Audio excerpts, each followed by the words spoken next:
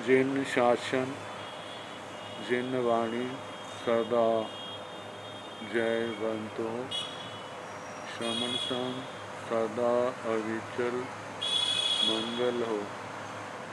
मुक्ति को प्राप्त श्रमण भगवान महावीर स्वामी, उनकी परम पावन कल्याणी भागवती वाणी वाचक प्रमुख श्री इंदर भूति गौतम आदि गणधर भगवान युग प्रधानाचार्य परम पूज्य श्री सुधर्मा स्वामी जी महाराज, उनकी परम पावन पाठ परंपरा वर्तमान आचार्य ध्यान योगी परम पूज्य श्री शिव मुनि जी महाराज एवं गुरुजन सबकी पावन चरण स्पर्शों में मेरा अनंत अनंत बार वंदना नमस्कार।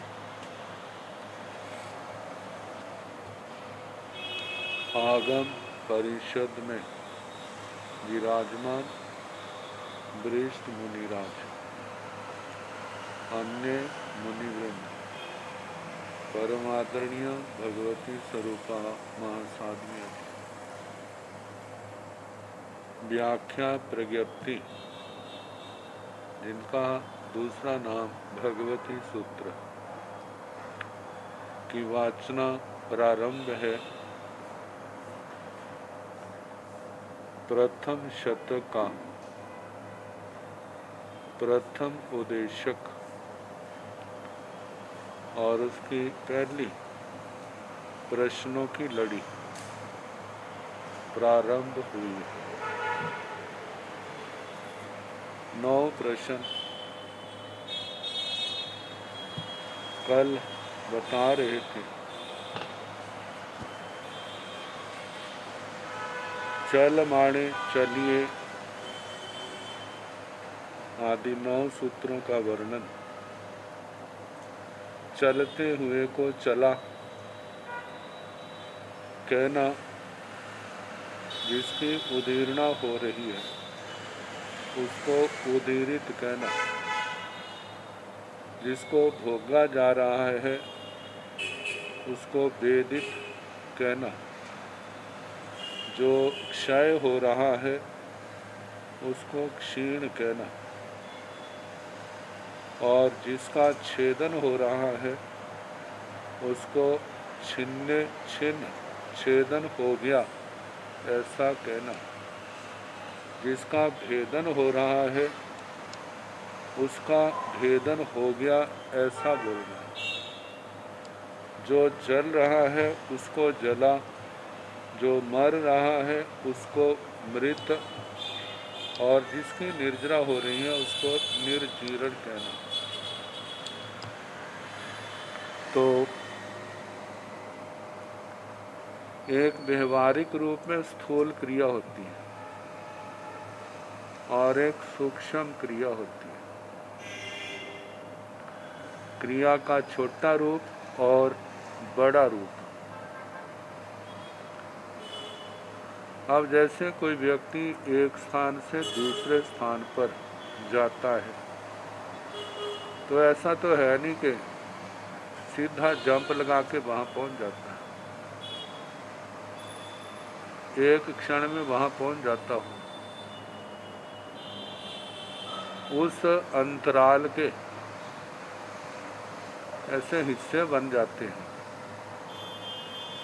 मानो पैदल जा रहा है, एक कदम उठाया दूसरे स्थान पर रखा, दूसरे कदम को उठाया अगले स्थान पर रखा। जितना क्षेत्र चले उसको गत कहना, मतलब वो भूत का विषय बन गया। जैसे जैसे आगे बढ़ते जाएंगे उतना क्षेत्र उसने चल लिया, ऐसा कहा जाएगा। ऐसे जहाँ कर्मों के संबंध में 9 के जो प्रश्न है, इनका संबंध कर्मों से है। कर्मों की वर्गणा, कर्मों के दलिक उदय में आने लगे। अब पहले समय में जो उदय में आए हैं वो दूसरे समय में नहीं है।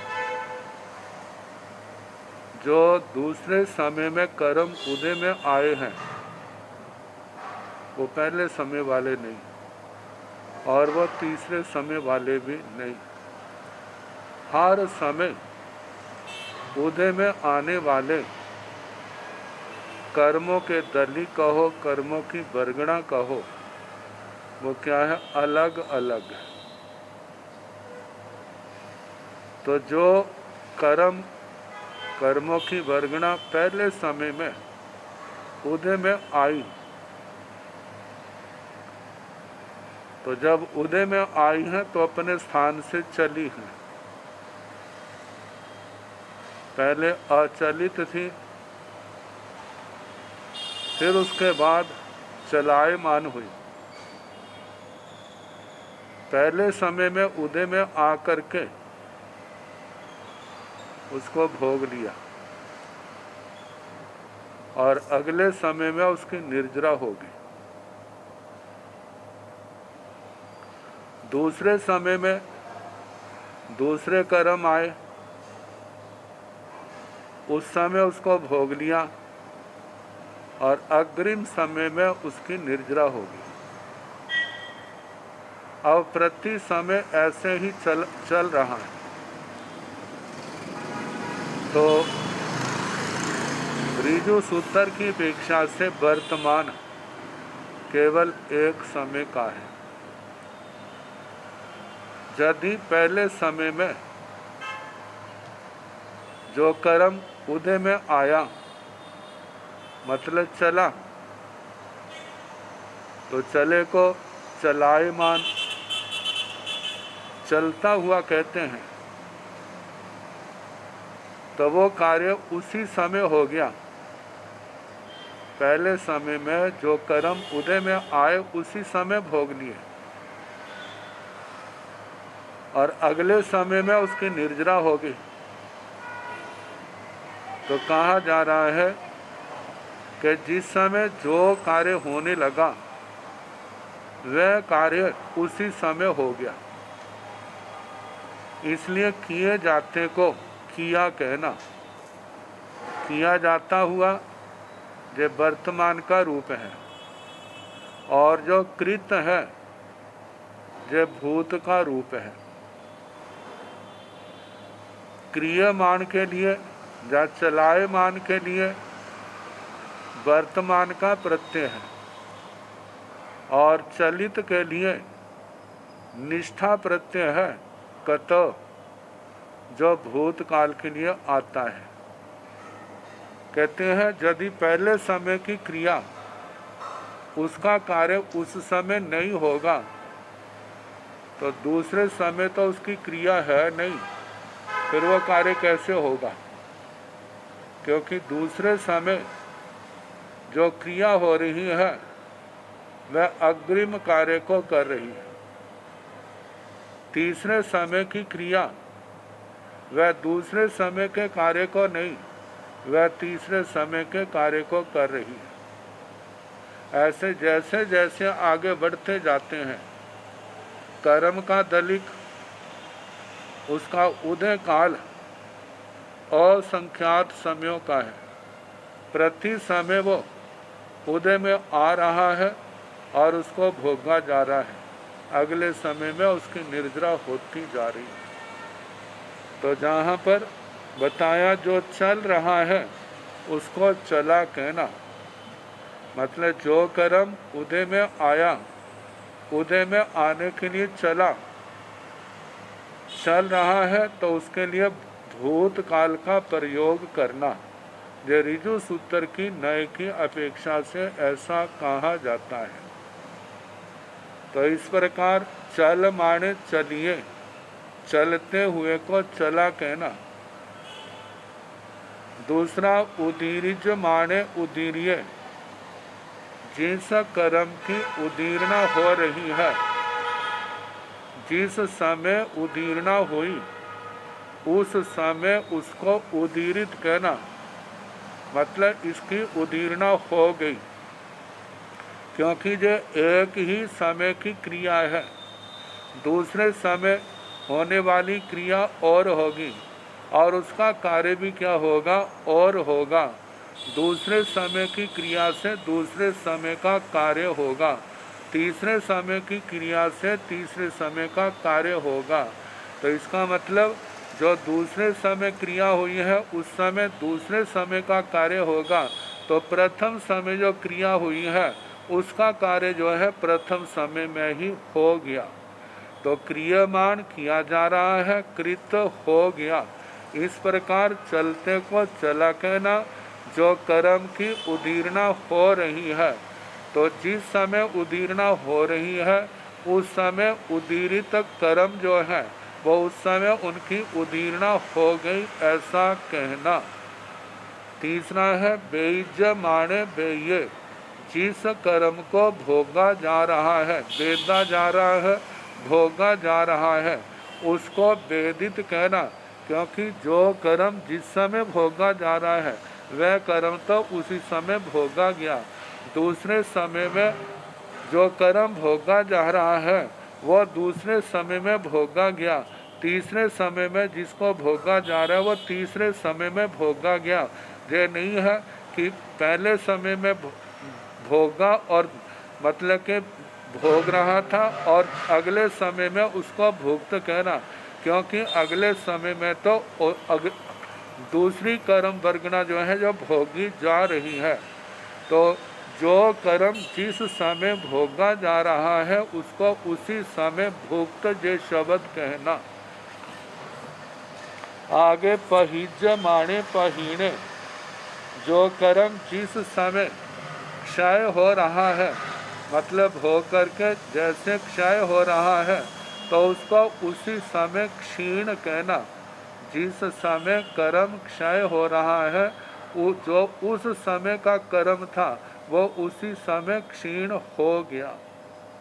आगे छिज माने छिन्न, पांचवा पद है जिसका छेदन हो रहा है। जिस समय जिसका छेदन हो रहा है उस समय उस कर्म को छिन्न के रूप में कहना कि इसका छेदन हो गया। और भिज माने भिन्न, जिस समय जिस कर्म का भेदन हो रहा है उस समय उसको भिन्न कहना। जिस समय भेदन हो रहा है उसी समय उसको वह उसका भेदन हो गया। और जिस समय दज माने दढ़, जिस समय कोई चल रहा है तो चलने वाला उसी समय उतना अंश जो है वो क्या हो गया, जल गया। अगले समय में जो जला है वो अलग अंश जला, उससे अगले समय में जलने वाला अंश और है। तो जो जिस समय जल रहा है उसको उसी समय जला कहना। मिज माने मड़े, जिस जो मृत्यु को प्राप्त हो रहा है तो उसको कहना। जैसे जैसे आयु कर्म के दलिक भोगे जा रहे हैं जिस जिस समय के, तो वो कर्म जो है उसके अनुसार उसको मृत कहना। क्योंकि कहा जाता है आविची मृत्यु जो प्रति समय होती है। जैसे जैसे आयु कर्म के पुद्गल भोगे जा रहे हैं उसी के अनुसार वो मृत्यु की ओर बढ़ता जा रहा है। तो इसलिए मर रहे को मृत मरा कहना।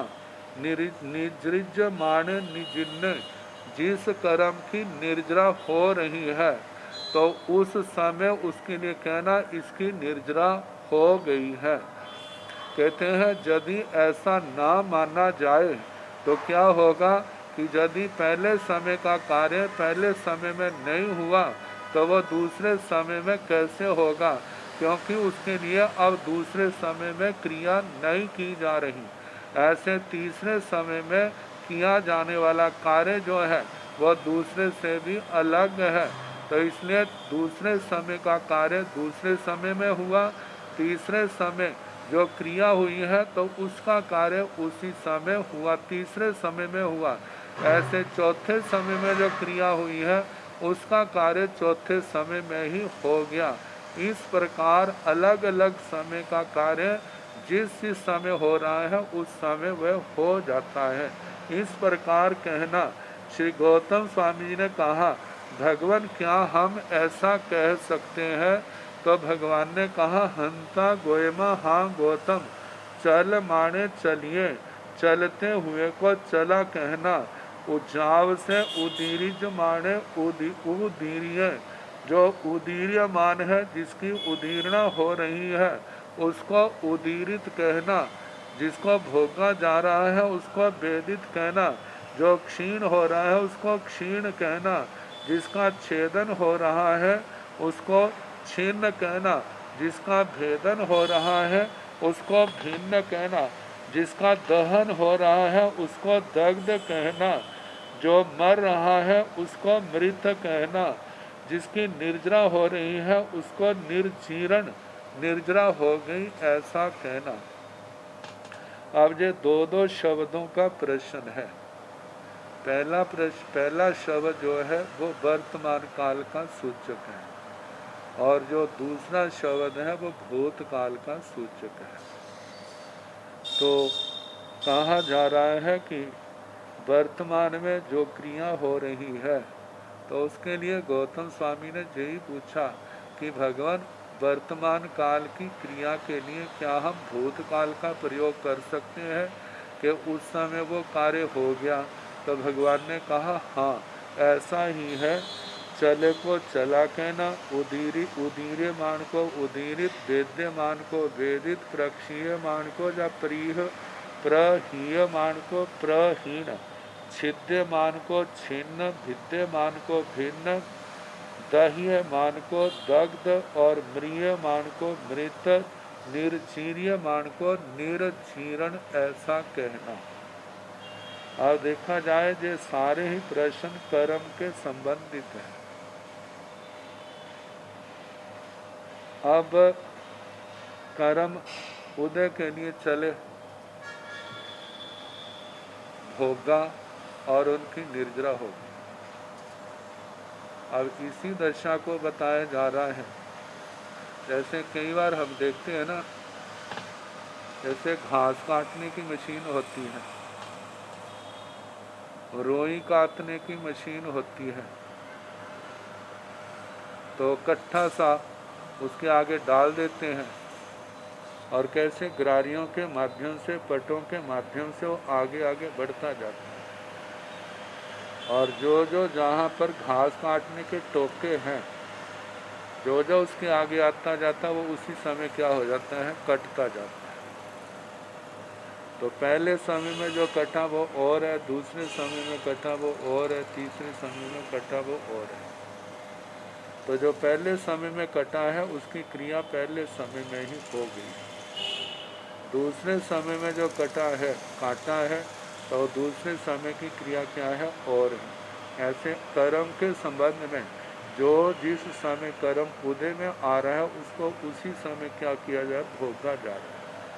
तो ये कर्म की दशा, पहले कर्म चलायमान हुए और उदीरिजमान जो है, एक तो कर्म स्वयं उदय में आता है, उसको हम चल माने चलिए कह सकते हैं। और एक कर्म को प्रयास विशेष से, अध्यवसाय विशेष से, समय से पहले उदय में ला करके क्या कर लेते हैं, भोग लेते हैं, उसको हम उदीर्यमान में कह सकते हैं, उदीर्णा की। और तीसरा जो है ये भोगने के संबंध में है। तो जब कर्म उदय में आया है तो उस कर्म को उसी समय भोगा जाता है। तो ये वेद्यमान को वेदित कहना, ये भोगने से संबंधित है। पहिज्यमाने पहीणे, जिस समय कर्म को भोगा गया और उसकी स्थिति क्या होगी, साथ ही खत्म होगी, जब खत्म हो गई तो उसको प्रक्षीण कहना। फिर उसके आगे छिज माने छिन्ने, छिज माने छिद्यमान, छिद्यमान से जहाँ पर कर्मों की स्थिति के संबंध में लिया है, और विद्यमान में कर्मों के रस को सामने रखे उसका वर्णन किया है।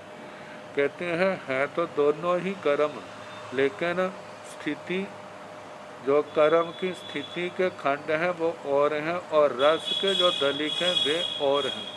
जहाँ मतलब के दोनों में कर्मों के अंदर दोनों की स्थिति जो है, दोनों बातें अलग अलग पाई जाती हैं। तो कहा जा रहा है कर्म की स्थिति का छेदन हो रहा है, तो जिसका हो रहा है उसको छिन्न कहना। जो स्थिति उदय में आई उसको उसी समय क्या कर लिया, भोग लिया, उसको काट लिया। और जो कर्म का रस उदय में आया, तो जिस समय उदय में आया उसी समय क्या हो गया, उसको भोगा गया। आगे दक्ष माने दग्धे, तपस्या आदि के द्वारा कर्मों को दग्ध भी तो किया जाता है।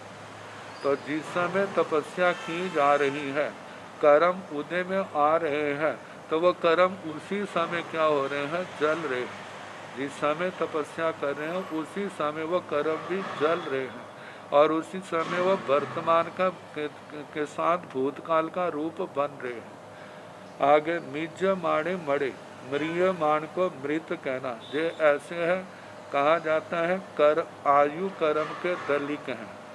वो कोई दो चार परमाणु तो है नहीं, अनंत अनंत परमाणु है। प्रति समय उदय में आ रहे हैं और उन आजिष्य कर्म के पुद्गलों को भोगा जा रहा है। तो कहा जाता है पहले समय में जो कर्म आयु कर्म के उदय में आए थे वो उसी समय उनकी निर्जरा होगी। अब दूसरे समय में जो आयु कर्म के पुद्गल आए हैं वे और हैं, तीसरे समय में आने वाले और हैं, चौथे समय में आने वाले और हैं।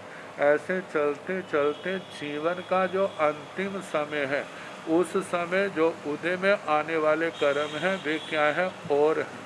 तो प्रति समय उदय में आने वाले जब कर्म अलग अलग हैं, तो जिस समय जो कर्म उदय में आया उसको उसी समय क्या कर लिया, भोग लिया।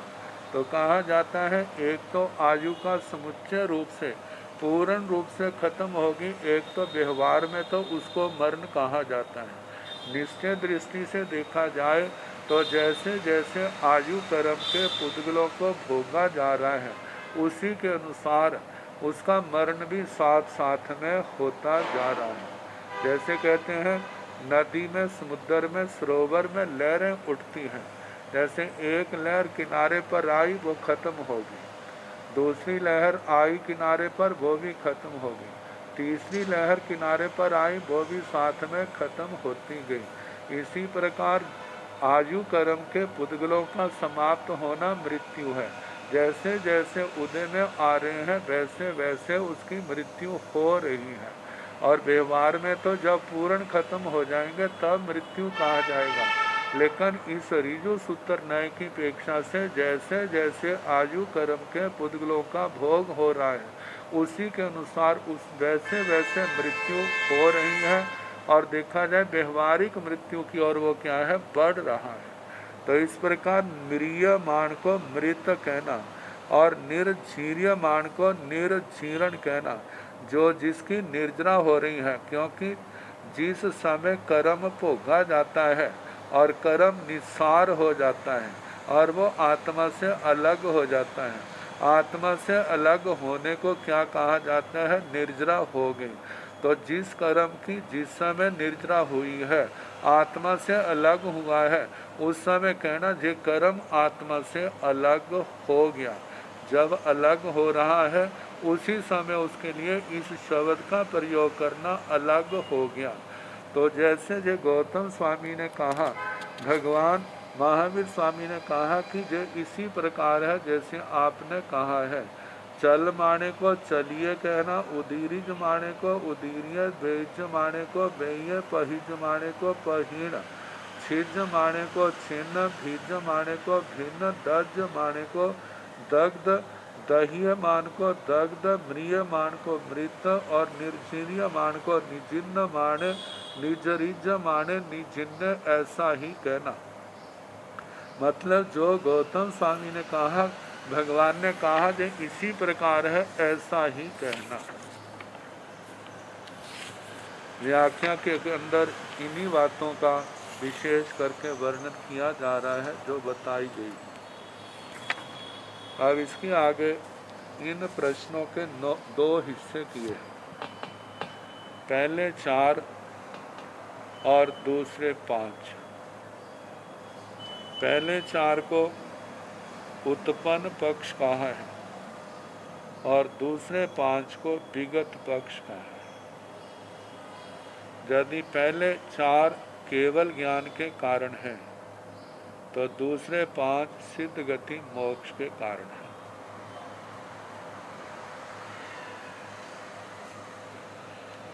एण भंते नवपया किम एगट्ठा नाना घोषा नाना व्यंजना उदाहु नानट्ठा नाना घोषा नाना व्यंजना गोयमा चल माने चलिए ओ धीरिज माने ओ धीरिये बेज माने बेये पहिज माने पहीणे एण चतारी पया एगट्ठा नाना घोषा नाना व्यंजना उपन पखस छिज माने छिन्ने भिज माने भिन्ने दढ़ माने दढ़े मिज माने मड़े निजरिज माने निजिन्ने एण पंच पया नानट्ठा नाना घोषा नाना व्यंजना बीगाए पखस।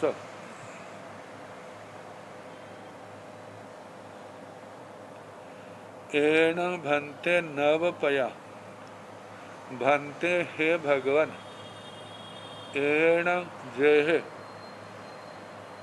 नवपया 9 पद किंग क्या एगट्ठा एक अर्थ वाले हैं नाना घोषा नाना घोष वाले हैं। घोष से ध्वनि लेना, क्योंकि जब शब्द अलग अलग है तो उनकी ध्वनि भी क्या होगी, अलग अलग होगी।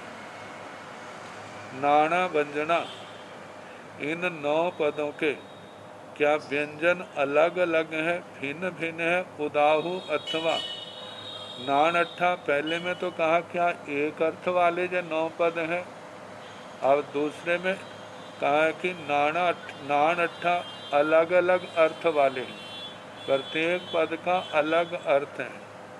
नाना घोषा नाना ध्वनि घोष है, नाना व्यंजना नाना व्यंजन वाले अलग अलग व्यंजन वाले हैं। तो इनके संबंध में कहा है कि एकार्थक नाना घोष नाना व्यंजन, अनेकार्थक नाना घोष नाना व्यंजन। इनके संबंध में कहा है कि कई शब्द समान होते हैं, उनका अर्थ भी समान होता है। कई शब्द अलग अलग होते हैं लेकिन उनका अर्थ समान होता है। कई शब्द होते तो एक जैसे हैं लेकिन उनका अर्थ अलग अलग होता है। और कई शब्द ऐसे होते हैं, शब्द भी अलग हैं और उनका अर्थ भी अलग अलग है। अब इनके संबंध में कहा है कि पहला, दोनों शब्द अर्थ भी समान है और व्यंजन भी समान है, उनका घोष भी समान है।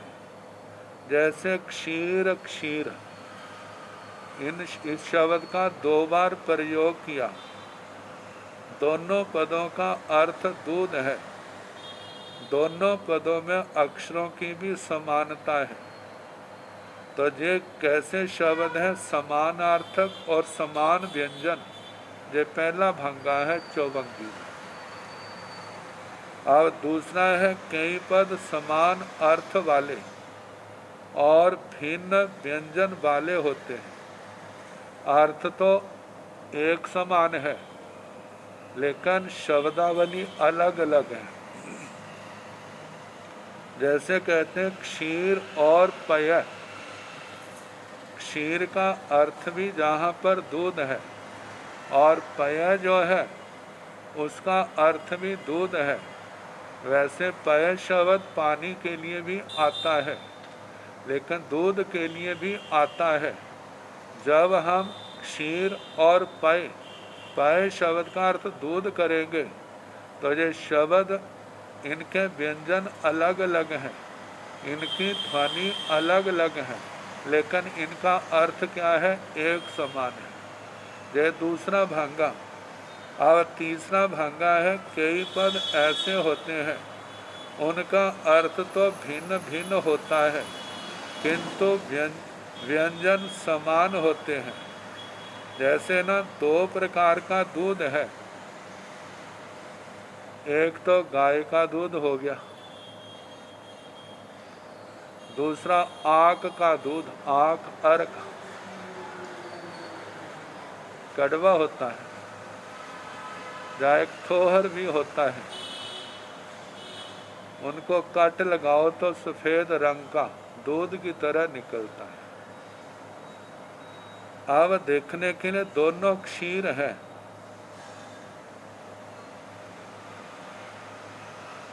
व्यंजन तो समान है, लेकिन अर्थ उनका अलग अलग है। गाय भैंस आदि का दूध तो पीने के काम आता है, लेकिन अर्क आक का दूध जो है वो पीने के काम नहीं आता। अब यदि हम पीने वाला दूध भी देख ले, जैसे गाय के दूध की अलग गुणवत्ता है, भैंस के दूध की अलग गुणवत्ता है, क्योंकि गाय का दूध जो है स्फूर्ति देने वाला, और भैंस का दूध जो है शक्ति तो मिलती है, लेकिन उसके साथ आलस भी आता है।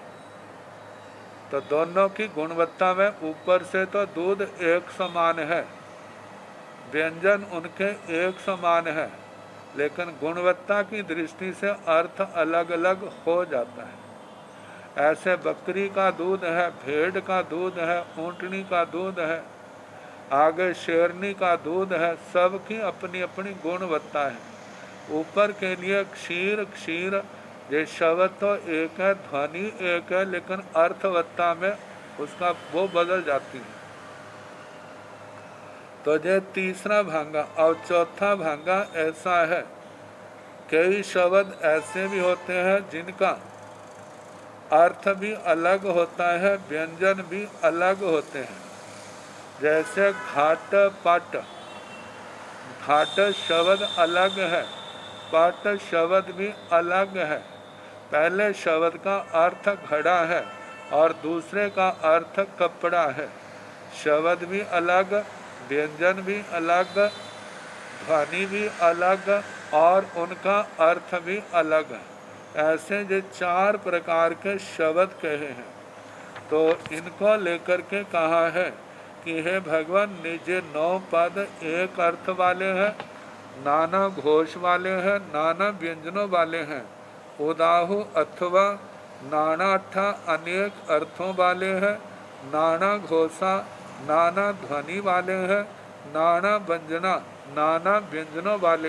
ये प्रश्न भगवान गौतम स्वामी ने पूछा भगवान महावीर स्वामी से, तो भगवान ने इसका उत्तर दिया, गोयमा हे गौतम, चल माने चलिए, चलते हुए को चला कहना जे पहला बोल। उदीरिज माने उदीरिय, उदीरिय मान को उदीरित। बेज माने बेय, वेद्य मान को वेदित। पहिज माने पहिणे, प्रक्षीय मान को प्रक्षीण। एण चतारी पया, ये जो 4 पद हैं, एक अट्ठा, इनका एक अर्थ है, अलग अलग अर्थ नहीं है। लेकिन नाना घोषा, इनकी ध्वनि जो है वो अलग अलग है। नाना व्यंजना, इनके व्यंजन भी अलग अलग हैं। अर्थ की समानता है लेकिन ध्वनि में और व्यंजनों में समानता नहीं है।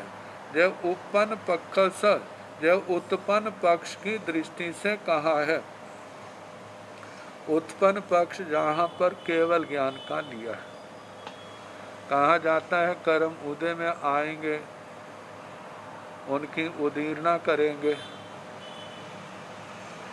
और उनको भोगा जाएगा, कर्म क्षीण होंगे, जे आत्मा किस ओर बढ़ेगी, केवल ज्ञान की ओर बढ़ेगी। इसलिए उत्पन्न पक्ष केवल ज्ञान को लेकर के कहा। अब अगले 5 जो हैं,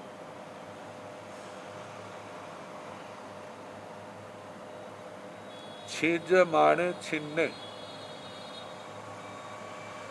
छिद्यमान को छिन्न कहना, जिसका छेदन हो रहा है, इसका छेदन हो गया।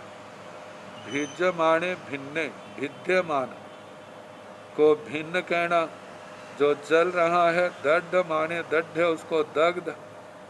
मिज माने मड़े, जो मर रहा है उसको मृत। निजरिज माने निजिन्ने, जिसकी निर्जना हो रही है उसको निर्जीरण कहना। ये 5 पद। एण पंच पया, ये 5 पद नान अट्ठा, इनके अर्थ अलग अलग है। अर्थ अलग अलग। नाना घोषा, ध्वनियाँ अलग अलग। नाना व्यंजना, इनके व्यंजन भी अलग अलग हैं। बीगाए पक्ष, ये विगत पक्ष की अपेक्षा से कहा है।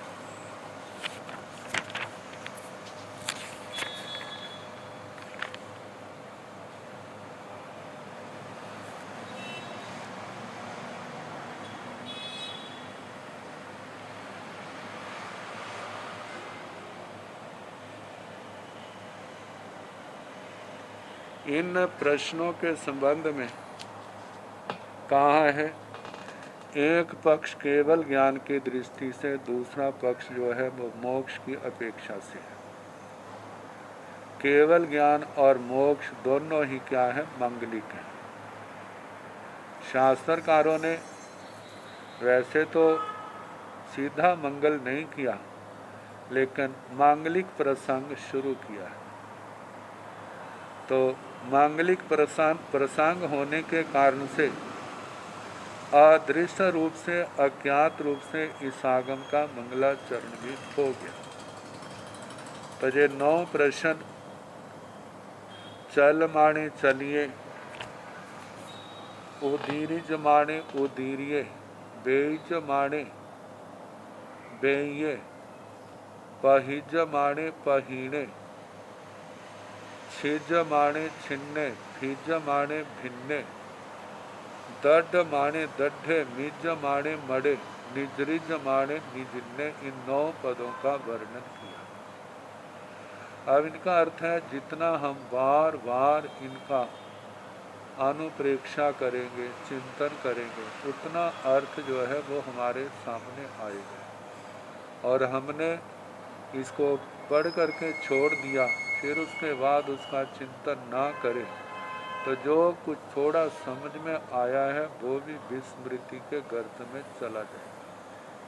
शास्त्रों के अर्थों को उपस्थित रखने के लिए जो स्वाध्याय का दूसरा अंग भगवान ने कहा है, परिवर्तना, कि जितनी हमारी परिवर्तना चलती रहेगी, आगमों के अर्थ हमारी स्मृति में उपस्थित रहेगी। और जिस समय हमारी परिवर्तना घट जाएगी या समाप्त हो जाएगी, तो जितने स्मृति में विषय उपस्थित है, धीरे धीरे या एकदम सारे विस्मृति की ओर बढ़ जाएंगे। तो कहा कि ये वाचना, पृच्छना, परिवर्तना, अनुप्रेक्षा, धर्म कथा, देखा जाए निर्जरा के साधन तो है ही, लेकिन ज्ञान के कोश को सुरक्षित रखने का भी एक बहुत बड़ा साधन है और समय को सार्थक बनाने का साधन है। जितनी हम अपने पूर्वजों की ओर देखते हैं, जिनका क्षेत्र स्वाध्याय था, वो स्वाध्याय से प्रमाद नहीं करते थे और उनकी वो शब्दावली कि जो हमारा समय स्वाध्याय में जाता है, पढ़ने पढ़ाने में जाता है, देखा जाए सच में वो समय हमारा सार्थक है।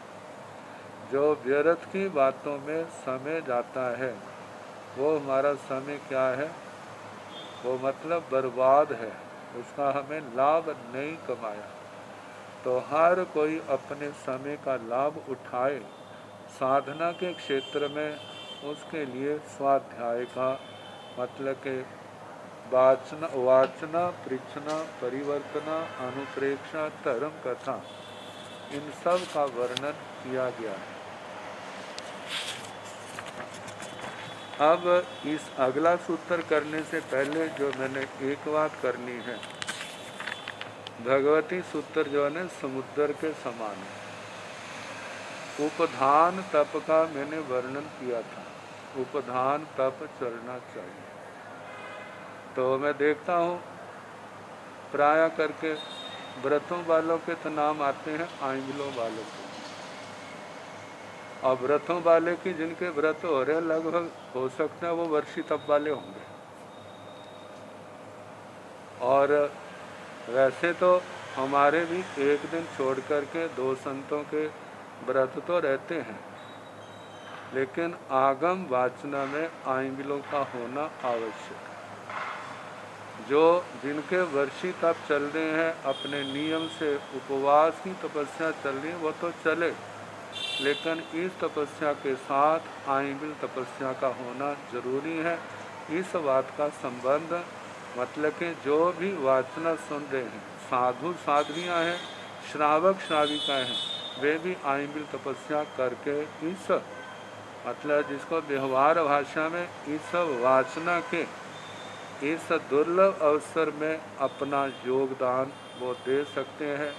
क्योंकि कहते हैं श्रेयांसी बहु विघ्नानि भवंती महताम अपि। जितने भी निर्जरा के कारण हैं, धर्म के कारण हैं, आत्मशुद्धि के कारण हैं, ये सारे के सारे विघ्न वाले होते हैं।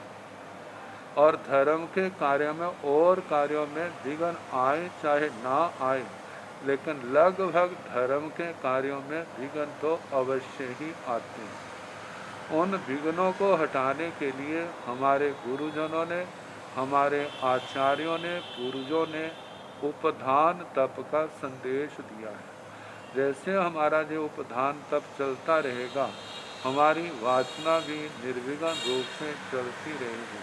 नहीं तो क्या होता है, कभी पढ़ाने वाला बीमार हो जाता है, कभी पढ़ने वाले बीमार होते हैं, कभी किसी को कोई कार्य आ गया, कभी किसी को कार्य आ गया। मतलब स्वाध्याय में निर्विघ्नता नहीं रहती। तो सबसे मेरा यही कहना है कि उपधान तप आंगिल तपस्या के रूप में है, उसका ज़्यादा से ज़्यादा ध्यान रखा जाए। अब इसके आगे ये जो पहला 9 सूत्री है, इसको हम औघिक रूप कह सकते हैं। जितने संसार के जीव हैं सब के ऊपर चलता है। ये कर्मों का उदय, कर्मों का उदीरना, कर्मों का भोगना, कर्मों का समाप्त होना, ये तो समस्त संसारी जीवों पर चल रहा है। अब दंडकों के हिसाब से ये अलग अलग दंडकों के अनुसार अब प्रश्नावली अलग अलग चलने लगी है। अब इसमें कितने स्थानों पर रेफरेंस दिए जाएंगे, संदर्भ दिए जाएंगे, थोड़ा सा कहेंगे और संदेश दे देंगे, बाकी वर्णन जो है फलाने सूत्र से जानना।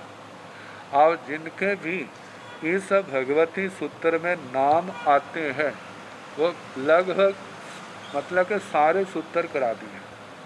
जहाँ तक मेरा ध्यान है, जो मैंने जो सूत्र की वाचना मतलब के अध्ययन किया है, इसके अंदर 9 सूत्रों का वर्णन आता है।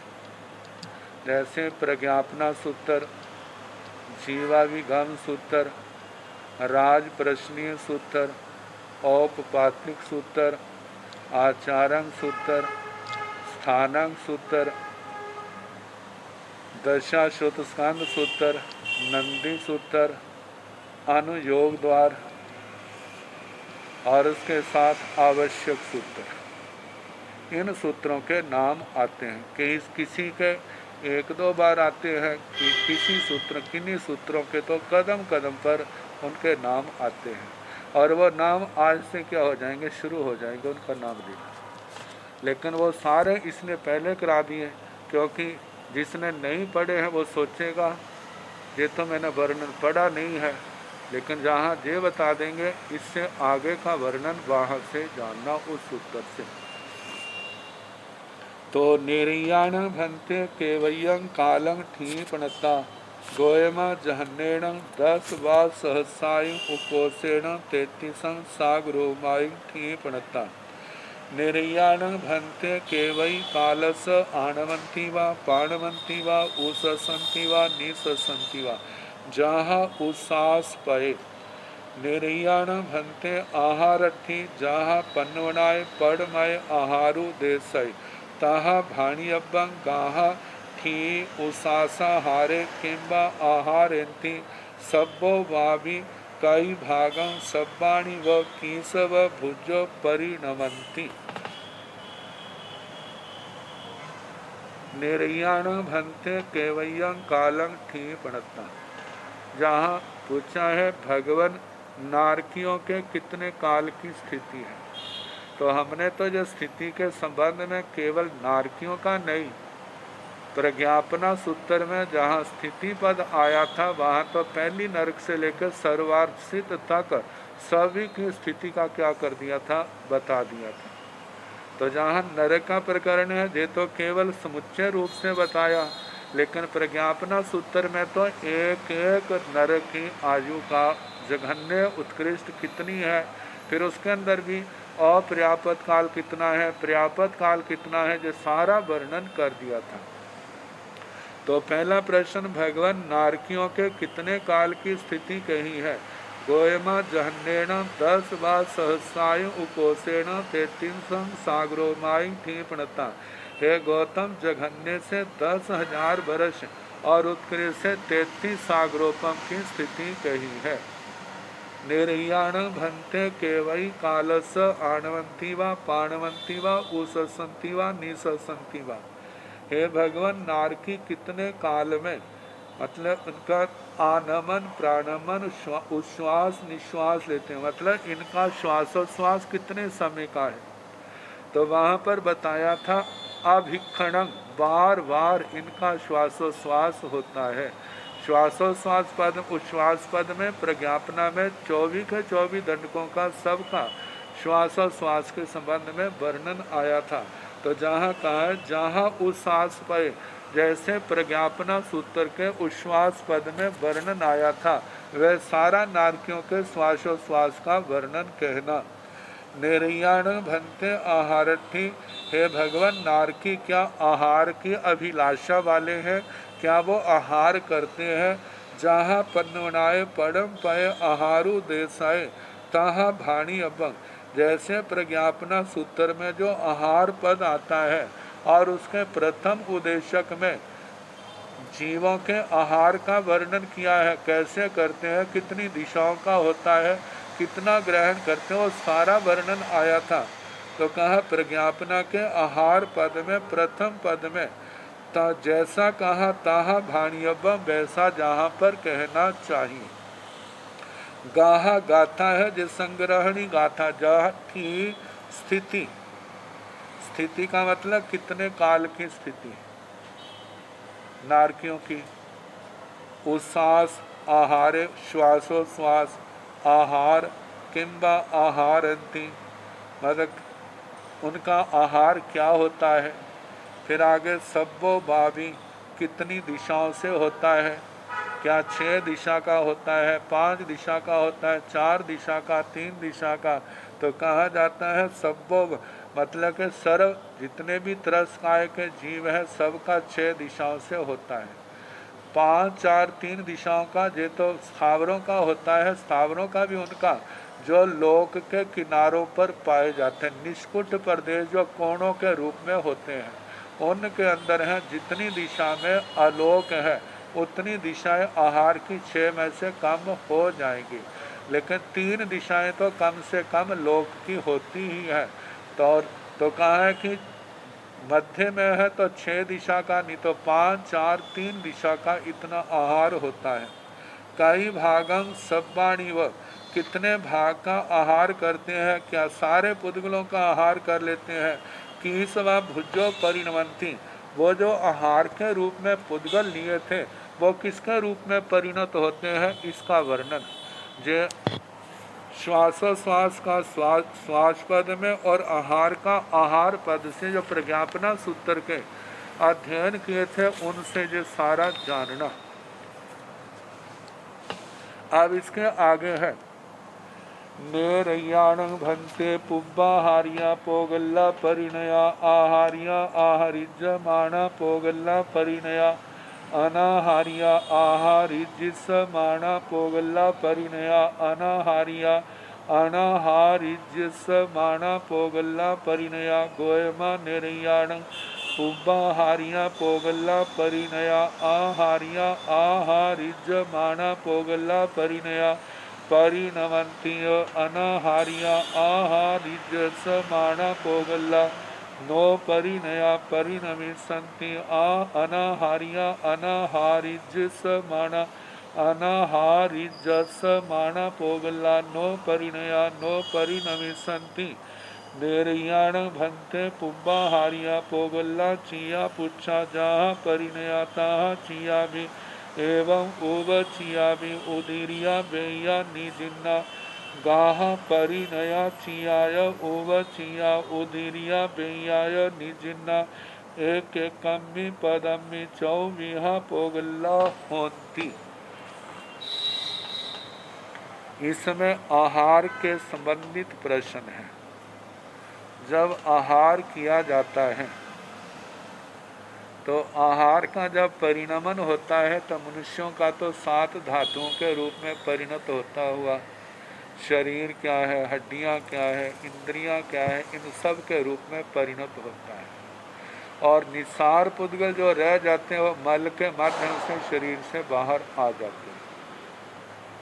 तो एक आहार ऐसा है जो पूर्व में किया था, एक आहार ऐसा है जो वर्तमान में कर रहे हैं, एक आहार ऐसा है जो आगे करेंगे, एक आहार ऐसा है जिसका पहले प्रयोग नहीं किया, एक आहार ऐसा है पहले प्रयोग नहीं किया लेकिन वर्तमान में किया जा रहा है, और एक आहार ऐसा है जो आगे उसका प्रयोग होगा, और एक पुद्गल ऐसे हैं जो पूर्व में जिनका प्रयोग ग्रहण नहीं किया। एक आहार के पुद्गल हैं वर्तमान में भी उनको ग्रहण नहीं कर रहे। एक आहार के पुद्गल हैं जिनको भविष्य में भी ग्रहण नहीं करेंगे। हमारे शरीर में कौन से पुद्गल परिणत होंगे, हमारे शरीर के रूप में किन आहार के पुद्गलों का परिणमन होगा। अब इनसे संबंधित प्रश्न है, नारकियों के संबंधित है। कहा कि निर्याण भंते पुब्बाहारिया पोगल्ला परिणया, भगवान नारकियों ने जो पहले आहार किया था वे पुद्गल परिणया शरीर के रूप में, इंद्रियों के रूप में, जो शरीर के अंग है उनके रूप में परिणत हुए। जो पूर्व आहरित मतलब वर्तमान से अतीत में भूतकाल में जिनको आहार के रूप में लिया था, क्या उनका परिणमन हुआ है? पहला प्रश्न, 4 प्रश्न है। दूसरा है आहारिया आहारिज्यमाणा पोगल्ला परिणया, या जो पूर्व में जिनका आहार किया था एक तो वे, और एक वे जिनका वर्तमान में आहार ग्रहण किया जा रहा है वे, इनमें जे पुद्गल परिणत हुए शरीर आदि के रूप में। एक तो आहरित, आहरित का मतलब जहाँ आ उपसर्ग है, हरि धातु है और कत निष्ठा का प्रत्यय है। आहरित का मतलब जिन पुद्गलों को आहार के रूप में भूतकाल में ग्रहण कर चुके हैं, और आहरियमान पुद्गल वे हैं जिनको वर्तमान में ग्रहण किया जा रहा है। ऐसे पोगला परिणय ऐसे पुद्गल शरीर आदि के रूप में परिणत हुए हैं। तीसरा प्रश्न है अनाहारिया आहारिज्य समाना पोगला परिणया। अनाहारिया, अनाहारिया का मतलब जो पूर्व में जिनका आहार के रूप में ग्रहण नहीं किया, मतलब भूतकाल में अब से पूर्व में जिन पुद्गलों को आहार के रूप में ग्रहण नहीं किया, लेकिन आहारिजसमाना आगे भविष्य में उनको ग्रहण किया जाएगा। मतलब आने वाले समय में उन पुद्गलों को आहार के रूप में ग्रहण करेंगे। क्या वे पुद्गल पोगला परिणया शरीर आदि के रूप में परिणत हुए हैं? या चौथा प्रश्न है अनाहारिया अनाहारिजसमाना पोगला परिणया। ना तो भूतकाल में उनका ग्रहण किया आहार किया था, और न अनाहारिजसमाना। अनाहारिजसमाना का मतलब न भविष्य में आहार ग्रहण किया जाएगा। उन वे पुद्गल परिणया परिणत हुए हैं। जहाँ पर कत प्रत्यय आता है ना, वहाँ पर भूतकाल का लिया जाता है। कत प्रत्यय तो संस्कृत में आता है, प्राकृत में तो त रह जाता है। यदि त से पहले स्वर है तो त का लोप हो जाता है। यदि त से पहले प्राकृत में तो ऐसा होता अ पहले हो तब य का आगम होता था, लेकिन आरस प्रयोगों में हो भी जाता है, नहीं भी होता। वहाँ पर तो स्वर के उच्चारण में जो सुविधा आसानी से ना वैसा कर लेते हैं। तो जहाँ पर य का प्रयोग हुआ है, जैसे पुब्बाहारिया पूर्वाहृत, तो ये जो है पूर्व भूतकाल से संबंधित है। आगे आहरिज माना शब्द जो है, जहाँ पर माना मान शानच प्रत्यय से बनता है, तो ये वर्तमान काल का प्रतीक है। और जहाँ पर आहारिजस माना, जहाँ पर स डबल स आ गया है, तो ये जो है ना डबल स जा ही बीच में आता है, तो वो भविष्य काल का प्रतीक होता है, उससे भविष्य काल का जानते हैं। तो त से जैसे आहारी पुब्बाहारिया से भूतकाल का, आहारिज माना ये वर्तमान काल का, और आहारिजस माना जहाँ पर स आया है, इससे क्या है भविष्य काल का ग्रहण किया जाएगा। तो जहाँ पर हे भगवान पूर्व में जिन पुद्गलों को आहार के रूप में ग्रहण किया, क्या वे शरीर के रूप में परिणत हुए हैं? या जो पूर्व में ग्रहण किया था वर्तमान में किया जा रहा है, ऐसे पुद्गल शरीर के रूप में परिणत हुए हैं? या जिनको ग्रहण नहीं किया था लेकिन आगे ग्रहण किया जाएगा, वे शरीर के रूप में परिणत हुए हैं। मतलब अनाहारिया अनाहारिजस माना जिनको ग्रहण नहीं किया, ग्रहण किया भी नहीं जाएगा, क्या वे पुद्गल परिणत हुए शरीर के रूप में? तो जहाँ पर इसका उत्तर जो है आगे दिया जा रहा है। गोयमा हे गौतम निर्याण पुब्बाहारिया पोगल्ला परिणया। नारकियों ने जो पूर्व आहरित पुद्गल हैं पहले ग्रहण किए थे, वे पुद्गल शरीर आदि के रूप में परिणत हो चुके। परिणया का मतलब परिणत हो चुके, जो पहले ग्रहण किए थे। आहारिया आहारिज माना पोगल्ला परिणया परिणवंती। अब ये दो शब्द हैं, आहारिया जिसको पहले ग्रहण किया था, और आहारिज माना जिनको वर्तमान में ग्रहण किया जा रहा है। अब दोनों के संबंध में कहा है ऐसे पुद्गल परिणया जो पहले आहार के रूप में ग्रहण किए थे वो परिणत हो चुके हैं शरीर के रूप में, और जो वर्तमान में ग्रहण किए जाए हैं कि वर्तमान में ग्रहण किया जा रहा है जिनको वे परिणमंती, वो शरीर के रूप में परिणमन उनका हो रहा है। क्योंकि पुद्गल ग्रहण किए जा रहे हैं तो उस समय उनका परिणमन हो रहा है। जो पहले ग्रहण किए था उनका परिणमन पहले ही हो चुका है।